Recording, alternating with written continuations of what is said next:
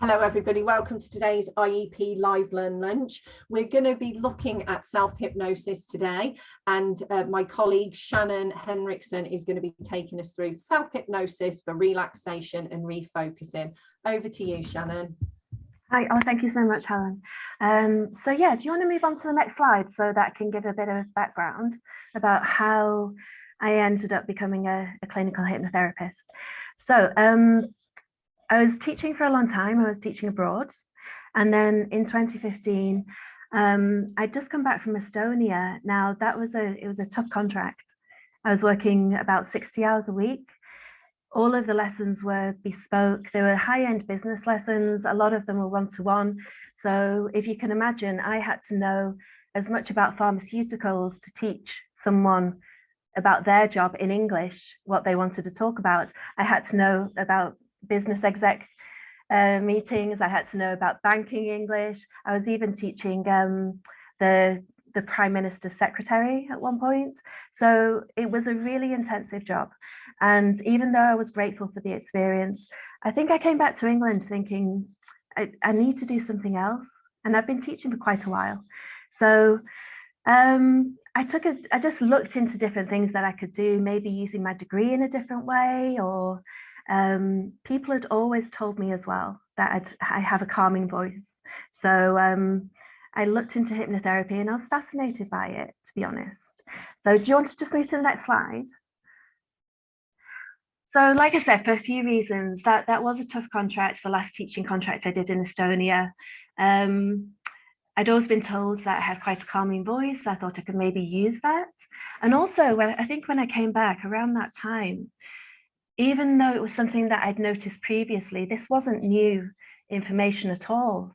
I did find that there was a lot of younger people, especially around my son's age, because I think he was, 18 at that time, suffering from depression and anxiety. And I was quite surprised really at the sheer amount of young people who were being medicated as well for this. And I thought there's got to be something, a better way of approaching your problems rather than the doctor just prescribing you antidepressants. So that was another reason that I went into hypnotherapy.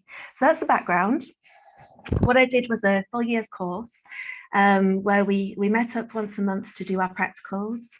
We put each other under, this is just technical speak, we put each other under constantly. So in the course of a weekend, you could be put under by different people about 7 or 8 times.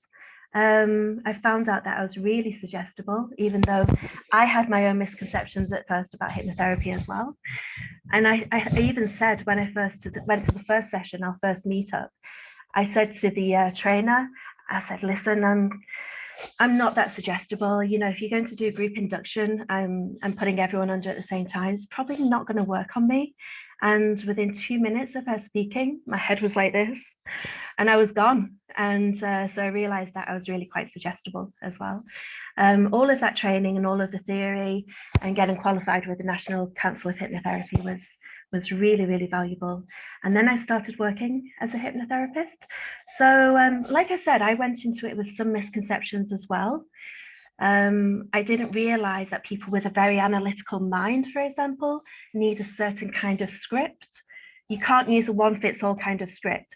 So if someone's got a very analytical, quick thinking kind of mind, they're not very suggestible. You have to use a certain way of relaxing that kind of person. And I learned all of that. So next slide. So at this point, it would be interesting to find out what everyone's ideas about or misconceptions or conceptions about hypnotherapy are, whether you've tried it, whether you would like to try it, whether you're a bit afraid of it. And these 2 pictures are there for a reason, because we're going to talk about them afterwards. But we've got a quick poll, Helen, if you want to set that up.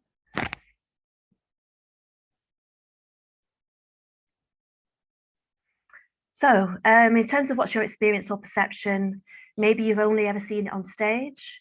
Curious but apprehensive, which is a lot of people, to be honest. Some people may have tried it. Can't see anyone who's tried it yet. A few people have tried it, but it hasn't worked for them. So the people who have tried it, it didn't work. Now that's interesting, because it all depends on what you went for and what your expectations of hypnosis were. So 5 people have only seen it on TV or stage. So if you've only seen it on TV or stage, let me just make a note of those. Do I need to make a note of those, Helen? Or will it still be there? We can relaunch it later if we need to. Oh, right, okay. So no one's answered for number 3, that it actually worked, which is not great, is it? That's not a great start. But for the people who've only seen it on TV or stage, we're going to talk about stage. Shannon, yes. I can't hear you all of a sudden. Oh. You went and then you came back. Okay, can you hear me? Yes, I can hear you. All right, it's probably just my microphone. For those who've only seen stage hypnosis, this relates to the picture, the old-fashioned looking picture on the right. And we're going to talk about that one in a second. Curious but apprehensive. There's a good reason for that, but we're going to talk about the things that hypnosis can't do, which are really based around the fear of someone controlling you. And I'm very intrigued to find out, those 5 people who've tried it, what you were having hypnosis for and why it didn't work. Can we get some answers in the chat for that one? Absolutely. So if everyone wants to pop anything in the chat, or those five people are happy to do that, I'll make sure we read them out as soon as they come in. Okay, so while they're doing that, sorry. Yeah, I was going to say, while they're doing that, I've never tried it myself. I was definitely in that interested but a bit apprehensive. I don't know, it's silly, isn't it, really? No, it's a realistic fear. Yeah, let me see. Right, okay. Oh, Jenny's here. Jenny LaRock. Hello, Jenny. I didn't know you were here. Good to see you. You're so right. Jenny was just, hi Jenny. So yours was to stop smoking, and I guess did you do it in one session, or? I think it was 2 sessions. Right. And I think my expectations was, no, actually it was 1 session, and my expectations was that when I left. Helen, just go back. When I left, it's that I would not want a cigarette again, and and it just didn't work for me. I ended up stopped smoking on my own, using my own methods basically, and reading Alan Carr and all that kind of thing. But even Alan Carr didn't work either. So, but yeah. So basically, did it come down to willpower in the end? In the end, yeah. In the end, yeah, which worked for you. So thank you, Jenny. So Liesel also said tried to stop smoking but could not relate to the practitioner, and I guess that's, that is feasible if you couldn't relate to that person. Just go back, Helen. No, just go. I don't know. It keeps skipping forward. If you couldn't relate to that person that is trying to cure you of that addiction, then it's not going to work. It's like, how many people, when you're in school, if you don't get on with that teacher, you don't enjoy the subject, and you're probably not going to do well in the subject either if you can't relate or even respect the teacher that you're working with. And I know that from working with a lot of teenagers in education. So we've got Jenny, Liesel also tried, and Heather says, my partner tried it for fear of flying, but it didn't work for him, although it did flag sensory and control issues, so he understood the fear better. So Heather, if you can just either respond or unmute yourself. Yeah. When you said that it did work for him in some way, was he able to fly with less fear after that, or I don't know? No, he's not able to fly at all, which was why we went for hypnotherapy. But it did help him understand where his fear started, and he didn't know that. So he didn't know where the fear had come from. So it did help him understand himself better, but it didn't get him over the fear. But then maybe he could go for it again at some point. It was quite a long time ago, but the fear is really ingrained. That's a really good point, actually, Heather, because in terms of any addictions or any breaking habits, when you're doing hypnosis, you've got to, because you're bypassing the logical mind, and I know Jenny said that she eventually defeated it using her willpower. That's your conscious, logical brain, and you're telling yourself, I can do this, and obviously you've got to follow through with the action. But when you're dealing with the subconscious mind, what I found with addictions, you've got to really go back to where that started, and you've got to make that person feel okay about the original thing that started that addiction. So I'll give you an example. This is not sort of data protection or anything like that, because you will never know who this person is. One of the ladies that I treated when I first started practicing was addicted to chocolate, and it was a 15-year addiction that she had. She'd made all kinds of logical excuses in her mind. She was a business owner.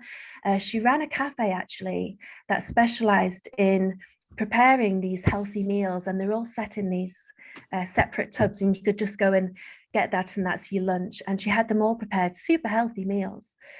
And she would spend a lot of her evenings doing that. I don't think she had support from her partner. However, while she was talking to me, she kept making references to her mother.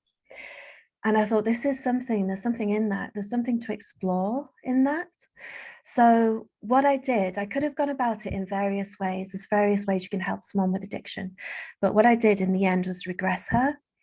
And I took her back to when she was 7 years old. And it turned out, well, what she discovered through being regressed in that way and taking her back in a safe way, because there were some memories that she didn't want to revisit, but she found out that she was addicted to chocolate because they never got any treats when she was younger, and she was angry at her mum, and she was holding on to this anger for years and years and years. And basically it just transpired, it just came through as a chocolate addiction. She was treating herself on the one level, and she was basically saying, well, stuff you, to her mum, because I can do what I want. I can buy my own treats now, because she was angry. And she was angry at her mum for other reasons. But once she realized that, and she had that moment, she came back for a second session, and she said, I've not had chocolate for a whole week. And I said to her, Sharon, you don't need to be here then. You know, if you feel that that's it, you're done. So, and that's someone cured of a chocolate addiction in one session, but purely because we got back to the first crucial point that sort of triggered this mindset about, I have to keep treating myself. Okay, so maybe in these cases that I'm looking at here, they didn't drill down enough to where it started, even though, as you know, as Heather said, my husband understands a bit more about it now, but maybe they didn't get to the root of that. You need to get to the root of the problem.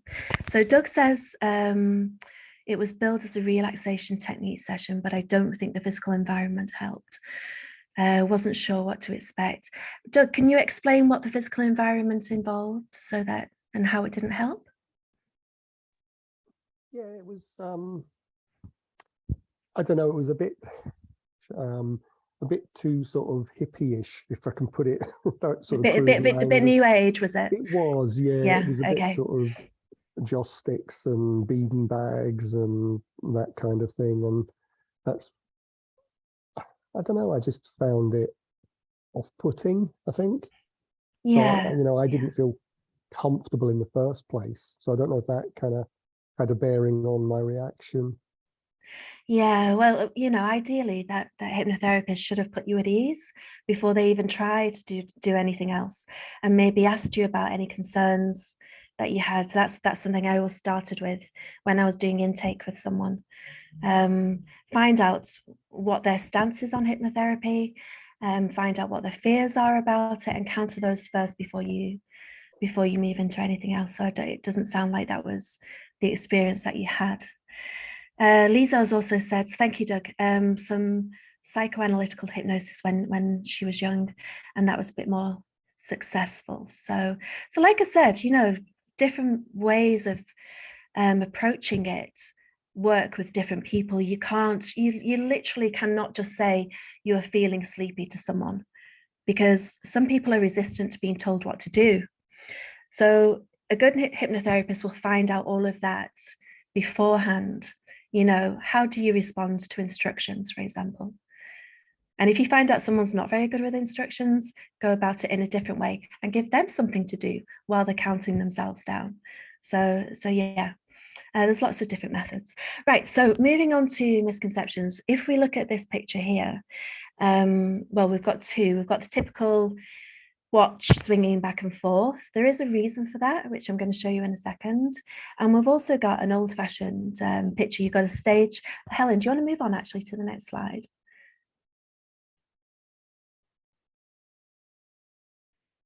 Lisa, some people do, well, a lot of people are, and especially if you're, you know, a really professional, articulate, highly intelligent person, tend to be more resistant to instruction. It's just the way it works.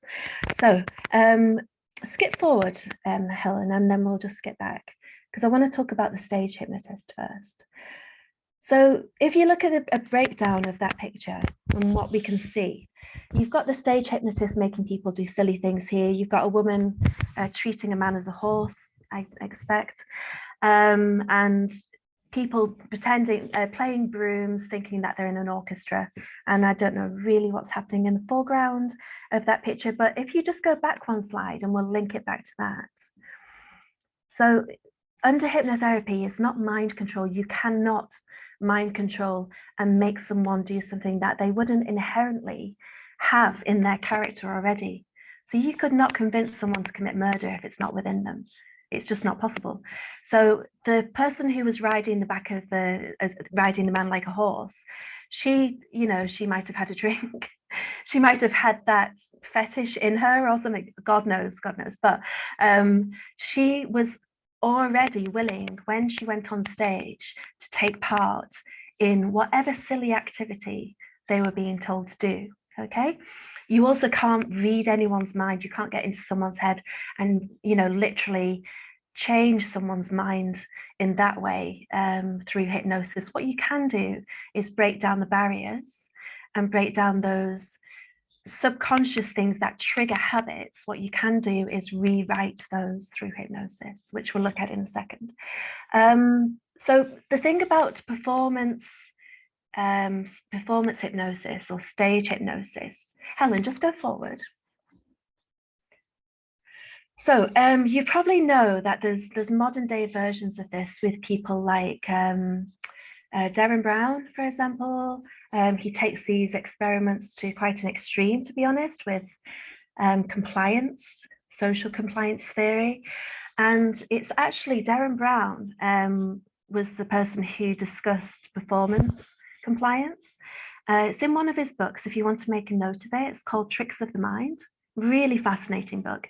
I would say that Derren Brown is more of a mentalist than he is a hypnotist, because he's got very carefully constructed experiments that hoodwink people into doing what he wants. However, performance compliance basically means that those people on stage, if you've ever seen stage hypnosis, which I know some people have, those people on stage have convinced themselves at that point when someone touches their shoulder or says sleep and hits their head, whatever, they've convinced themselves that they are hypnotized. And that's because of the presence of all of those eyes watching them. Okay, so that's performance compliance. And it's vaguely linked to social compliance, that we will do things that other people are doing, or we will act in a certain way when other people are watching. Okay, now performance compliance, when you're on stage, it's not true hypnosis. Those people are not fully pretending, and this is how Derren Brown explains it. They're not fully pretending. They are actually convinced that they're hypnotized, but they're not. And because they've convinced themselves that they're hypnotized, and they can't break the illusion. You're on stage, you're in front of a load of people. They then are more willing to do any of the things, any of the subsequent suggestions or requests, however silly, that are asked of them. And they will say when they're interviewed afterwards, things like, oh, I just did it. I wasn't really sure why I did it. I just did it. But that's performance compliance. True hypnosis, this is the opposite of true hypnosis, because if you are hypnotized, you are actually relaxed. And can you imagine on stage how relaxed you're going to be? You're not going to be relaxed at all. Your adrenaline's going to be up because you're in that environment. Everyone's watching you. It's a whole different sphere. So it's the complete opposite to what hypnotherapy induces in a person, which is complete letting go, relaxation, concentrating on your breath, you know, going inward really, and knowing that there's nobody watching, because even the hypnotherapist is probably not looking at you. They might be looking at their notes or whatever. So so yeah, and that's what separates the two things. Okay. Next slide.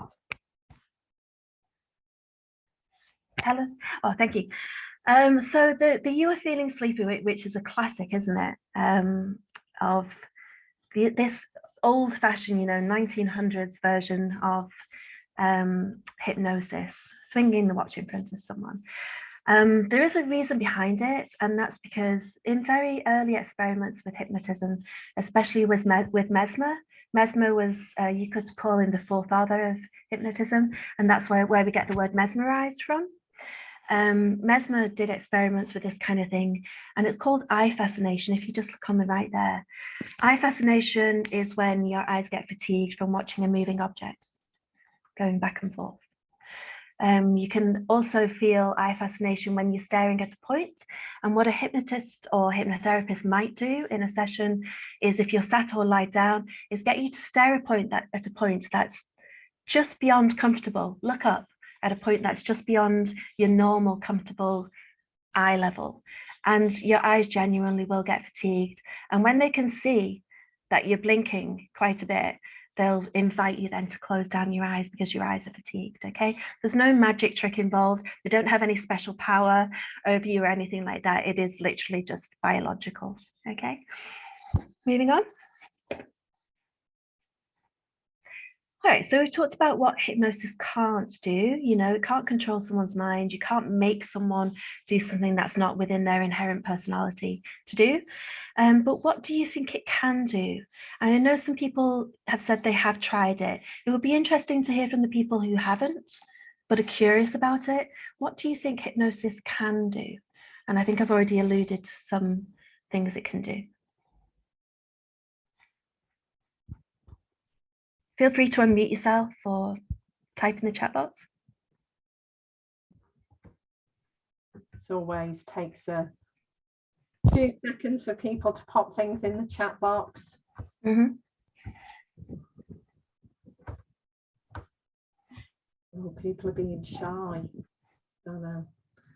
Heather says, can help break a habit. Yes, yes, it can. And that's going to be on the next slide. I think for me, I think it's about relaxing as well, isn't it? And stopping everything, you know, but by everything, I mean all the plate spinning that we do in life. Yes. Making that space to just be.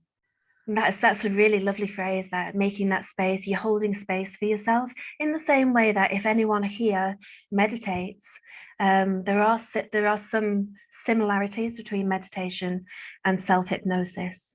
You're holding space for yourself, you know, suspending all of those plates that you have to juggle on a daily basis, and actually just giving some time back to yourself and concentrating on the one thing that we genuinely do forget about, which is our breath. We've got one from Regina here saying they can take you to a place where you feel relaxed and de-stress you. Yes. And that's a really nice thing about hypnosis. I was thinking as well, Heather's mentioned it can help break a habit. What about make a habit? What about making a positive habit? Can it be used in that way, Shannon?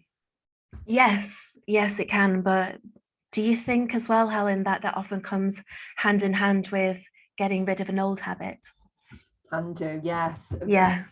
And you can replace it. Yes, you can replace those habits, and the way that it does it is by creating new neural pathways. I'm not sure, because I don't know enough about meditation, whether that creates new neural pathways, because my experience of meditation, I don't know about anyone else. Oh, Tracy, I'll answer that in a second. My experience of meditation is that you're basically allowing, you're in a stillness, and you know what, whatever comes in, whatever thoughts come in, you're allowing them to happen while you're still, while you're concentrating on your breath, and you're just in a relaxed frame of mind. Maybe not fully relaxed body, because you tend to be quite upright in meditation. However, in self-hypnosis, you can take yourself, once you know what to do, you can take yourself to a specific place and you can set those goals, like you said, Helen, making a new habit. You can set those goals for yourself. So this is the way I see it, the difference between meditation and self-hypnosis is that I think self-hypnosis has more proactive elements where you can set yourself, you can create new habits by setting an intention, which we will do shortly, and we need to get on with that soon.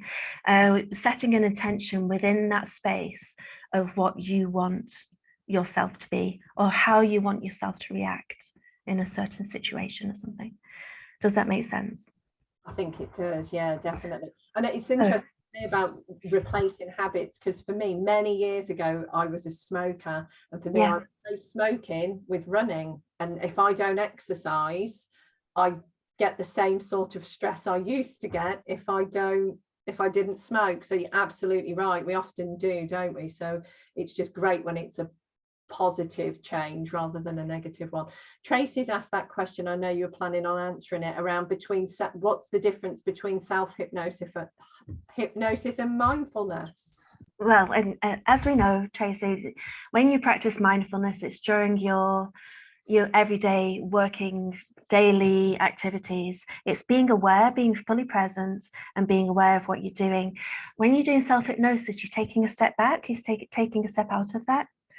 And as Helen quite rightly said, you're holding space, you're creating a space for yourself to actually disconnect from that. Whereas, I mean, anyone else can jump in and say what their experience of mindfulness or view of mindfulness is, but the way that I see it is that you are aware, fully present. So for example, I'm fully present here in front of my screen, in this environment that I'm in. I'm fully present. There's nothing distracting me at all from this moment. Does that make sense?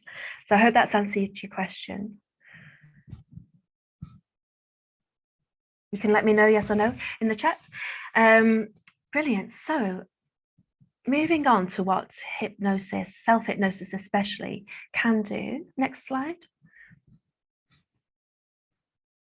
And I timed myself doing this self-hypnosis yesterday, and it took 13 minutes. So I'm just clock watching a little bit because we need to be able to do this properly so that I can show you this technique. Well, two techniques actually. So self-hypnosis can allow you to enter a low level or medium level trance where it's possible, and this is the whole point of hypnosis, to bypass your conscious processing and speak directly to the subconscious. You may or may not know your subconscious only works in images. So by a hypnotherapist furnishing your imagination with the right images by using the right words, that is speaking to your subconscious. And you need to make it fully, what's the right word? Comprehensive, to do with senses. You know, not just what you can see, what you can smell, what you can taste. What sensations do you have in your body? A good hypnotherapist will concentrate on all senses to build up a very complete picture for you in your mind's eye. And that means that is definitely bypassing your logic then, and it's speaking directly to that image bank that you've got, that whole library in your subconscious, and resetting neural pathways in that way. So second one, yeah, as I said, it can forge new neural pathways when you're setting a goal. And I think what Helen brought up was a really good point. When you're getting rid of one old habit, is it successful, or is it enough to get rid of an old habit and not replace it with a new one? Maybe that's the way the mind works. Maybe it needs to have something to replace it, like Helen replaced smoking with running, and she, you know, successfully has done that. So maybe you need to have that new goal in mind, what you want to achieve by smoking, not just stopping smoking. And it can provide a safe space for relaxation, processing trauma, which is what I did with that lady that I told you about. Who had some anger issues with her mum. And changing habits. Now, talking about trance, before we actually go on to a couple of techniques, I'm just going to quickly tell you about trance. It's not a word to be scared of at all, because we go into low-level trance at numerous points during the day, and it's usually for two reasons. The first one being that you're intensely focused on something, I think most people would agree, when you're intensely focused on an activity that you're doing, it's to the exclusion of everything. You might not even hear the doorbell ring because you're just so focused on what you're doing. And it depends on the activity, but intense focus actually produces a low-level trance state. The other time that we go into low-level trance is when we're relaxed or zoned out. So how many times have you, for example, watched TV and you might be watching a soap opera or something, and then you'll kind of come to yourself and realize that you zoned out for a couple of minutes and maybe miss what they were saying, and we do that. And that, again, that's just your mind relaxing.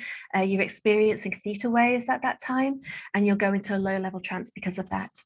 So trance, like I said, it's nothing to be scared of. And therefore, putting someone into a low level trance, as a hypnotherapist does, is nothing to be scared of, because you can still talk to someone while they're in trance. You can give them instructions, they can give you answers. You know, you're not actually putting someone into a sleep, although that has happened. You know, someone gets really, really relaxed and you're having to bank up and stuff to try and get them out of it.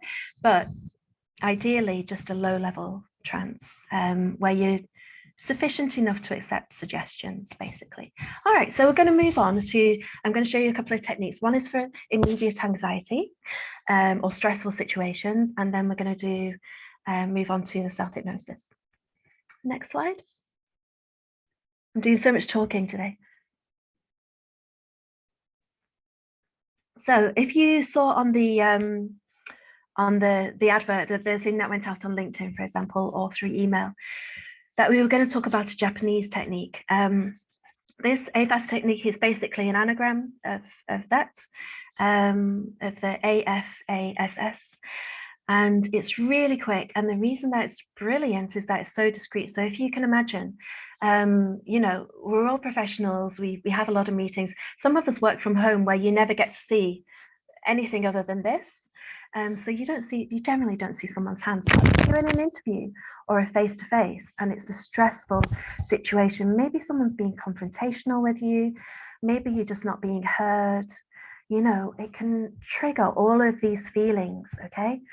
To get rid of those feelings really, really quickly, what you need to do is, this is my right hand, by the way, hold on to your thumb. Start off with your thumb, and you'll hold on to that under a desk, obviously. Not, I'm holding it up for your benefit. Hold on to that for a minute.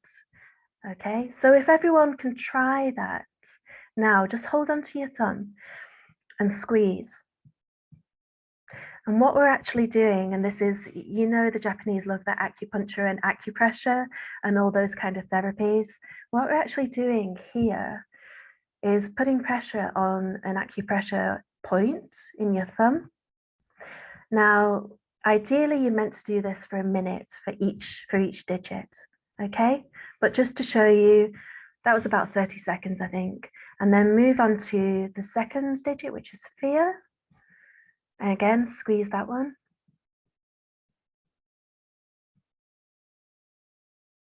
We'll only be able to do this maybe for, I don't know, 15 or 20 seconds. Squeeze that one. Anger, move on to this.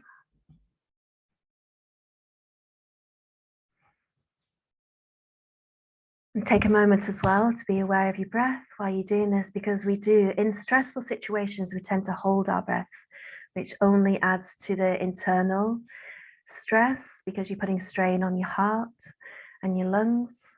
All right, moving on to sadness now, the fourth one. And squeezing.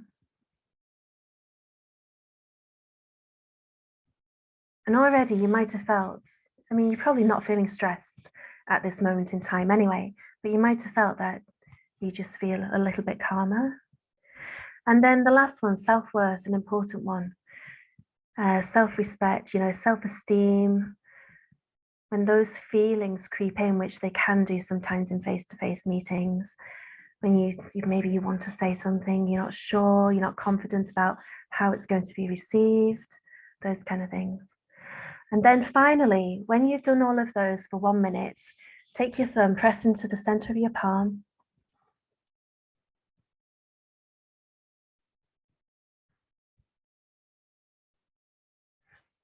And that's it.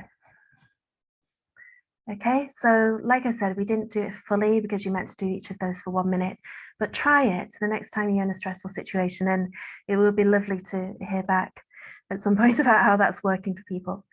Any questions before we move on to the self-hypnosis, because we've only got 20 minutes left?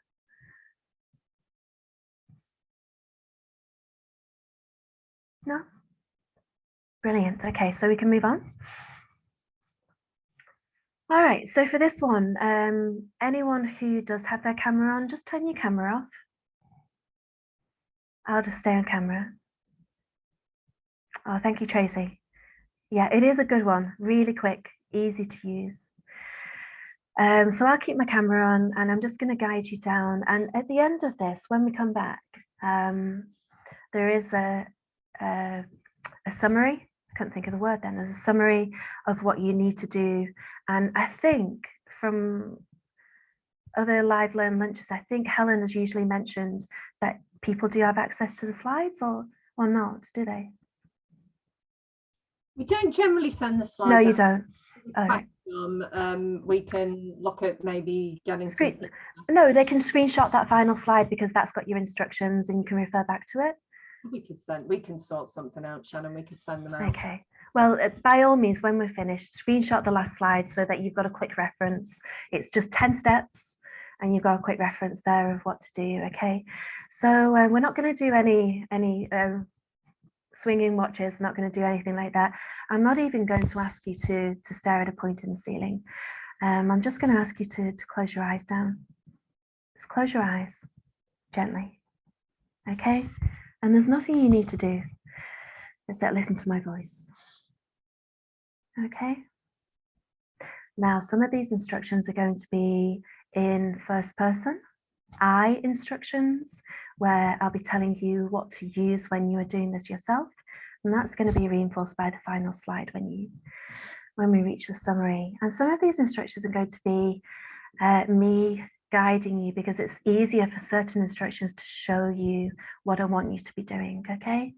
If you are resistant to being told what to do, suspend that for a moment and just listen and enjoy, okay? Because the next 10 minutes is your time to disconnect. This is time for you, time for yourself. Make sure your phone is on mute so you don't get any pings. And yeah, let's go, okay? So I want you to imagine that you can see your feet. You're looking down, your feet are bare, okay? So you're looking down at your bare feet and you're at the top of a number of steps, 5 steps, and you can see your feet on those steps. And they're really solid steps, so you can feel the support beneath your feet. And the way forward is well lit. It's very welcoming. You can see that these 5 steps lead down towards a door. And you know when you're counting yourself down, because I'm going to give you some eye instructions in just a second, you know with every step down that you're going to feel a little bit easier in your body, a little bit more relaxed as you approach that door, okay? So you're stepping down, and at this point now we're going to move to I am. I'm stepping down now onto step 4. I can see my feet stepping down onto the next step. And as I step down, I'm taking a couple of deep cleansing breaths. And the only thing that I need to concentrate on is 2 words: rising and falling. Rising and falling. And now that you've taken those couple of deep breaths, I'm moving down to step 3. My breath is coming easier. I'm feeling a little bit easier in my body. I'm noticing, I'm observing any tension that I'm holding in my neck. I'm observing any tension in my shoulders. I'm just observing it. I'm making a note that it's there. It's very soon going to be cleared because we're going to be moving through a relaxation process. And I'm moving now down to step 2, concentrating on rising and falling and rising and falling, moving down to step 1. And I'm curious now, I'm curious about what's behind this door. Let your imagination furnish that door however you want to imagine it. It could be the most beautiful door you've ever known. It could be a very plain door, but moving down from step 1 now down onto the ground, feeling more relaxed, and you're breathing easy and breathing very easy now. A couple of steps more towards that door. I can see my hand on the handle of that door, and I'm turning the handle now. I'm opening that door, and what a sight is greeting me. I'm confronted now with the most beautiful garden. Again, let your imagination furnish that however you want that beautiful garden to look. It could be a garden that you already have. It could be a garden of your dreams. It could be the garden of your childhood. Any place that you feel safe and warm and happy. And one thing I want you to do, when you step onto the grass now for the first time, what I want you to do is pinch together your forefinger and your thumb. On either hand, it doesn't matter which hand, choose one. Pinch together your forefinger and your thumb, push them together. And this is called anchoring. What we're going to do is anchor the feeling of relaxation in your body. And so that when you hear the next 2 words, and the next 2 words are warm spill, when you hear those words, warm spill of energy, whenever you hear those words or think about those words, your 2 fingers will come together and it will anchor a feeling. And that feeling is of being completely at ease, completely safe, completely relaxed in this private space that is of your own making, where you know that you can return to anytime you wish. Okay, anchor that feeling, keep pressing. Let that feeling blossom inside you, amplify it, keep amplifying that feeling of calm, clarity. Your feet are on the grass. Every sense around you, or whatever you're thinking about and sensing at the time. Maybe you can hear the birds, maybe you can hear a stream running nearby, smelling the air of the flowers, the sun, that perfect temperature on your skin. All of those feelings will come back to you in your waking life when you pinch together and press together your forefinger and your thumb. Okay? And as you do that, and as you walk forward in this garden, you feel that warm spill of energy that I mentioned, which starts at the crown of your head and it begins to spill all the way down your spine. And this energy, if you can imagine, is just a golden feeling. It's that feeling of being completely comfortable and warm and happy. And as it spills down your spine, it goes through your neck, relieving tension in your neck. It moves through your shoulders, relieving and washing away as it moves down any tension there, any tension in your spine. And let it just move through you, that warm spill. It's washing through your stomach, washing away any tension through your hips now, and moving down into your thighs. Feel that warm spill moving through your thighs now, down and down into your knees and into your calves. And eventually that warm spill reaches your feet, and it's going to move out of the soles of your feet. And it's taking away any tension that you did have in your body. It's washing it away. And it's taking that into the earth. So you've moved all of that tension out of your body and into the earth now. And I want you to look to your right in your garden. Look to your right. Whatever you see there, you're also going to find a comfortable space to sit and rest. Now, your imagination can use a chair. You might imagine a hammock, anything you like, even a bed. And I want you to go over to that space, your resting space, and either sit down or lie down. And we're going to move back into eye instructions now. So once you're lying down and you're in that space, this is the place where you're feeling relaxed in your body, you're feeling relaxed in your mind, knowing that this is your time. This is the place now where you can set your intention. Your intention could be something like, I will approach my workday with new clarity. If you're doing this self-hypnosis in the middle of the day, for example, I will approach my work day with a new clarity and a new energy, knowing that you have to return to work after this. Or if you're doing this before going to sleep or before your nighttime routine, when you get ready for bed, you can set the intention, I will deeply and restfully sleep tonight. You can set that intention in this place. So normally you would stay in this place for 10 minutes or as long as you need. But considering the time and that we have to get back, I am going to call you away from that space just now, but you know that in your waking time, when you use this again, you know how to anchor the feeling, and the feeling is what you need to take with you. That's what you want to take with you, the feeling, not the memory, the feeling. So you know how to anchor and you know how to set your intention. And rising from your resting space now, you do notice that there's a gate at the other side of this beautiful garden. I want you to head towards that gate now. And take your time, stroll over towards that gate. And now I see my hand, and look at my hand. I can see my hand outstretched. It's on the handle of that gate. I'm turning the handle and I'm opening the gate now.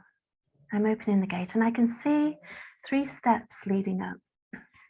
Now those 3 steps may be leading up to your daily waking life. They could be leading up to the image of the comfortable bed that you're going to sleep in later. That's up to you. You can choose. But know that these 3 steps are bringing you back to your normal consciousness. So when I step on step 1, I'm going to give my hands a little bit of a shake. I'm coming back to my body. I'm giving my hands a bit of a shake. I'm shaking those muscles out. I'm feeling the normal feelings as I return to waking consciousness.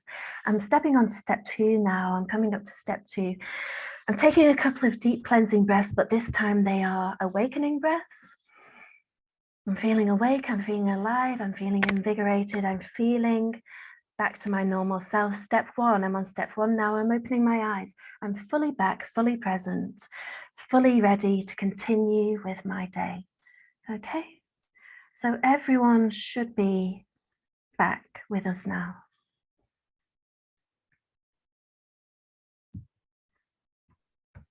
Excellent. Thank you, Shannon. You're welcome. If anybody wants to pop anything in the chat, let us know that they're back with us. If anyone does feel a bit dreamy, that's normal, but it doesn't mean that you're still under hypnosis, okay? Just reaffirm to yourself, even if you have to go back and go up those 3 steps again. I'm shaking my hands, I'm coming back to my normal waking self. I'm taking a couple of invigorating breaths. I'm awake, I'm aware, I'm fully present, I'm fully here. You can repeat those steps to yourself as well. Okay, did anyone have problems relaxing during that? Interesting to see if anyone wants to let us know. So do feel free to either raise your hands or unmute yourselves.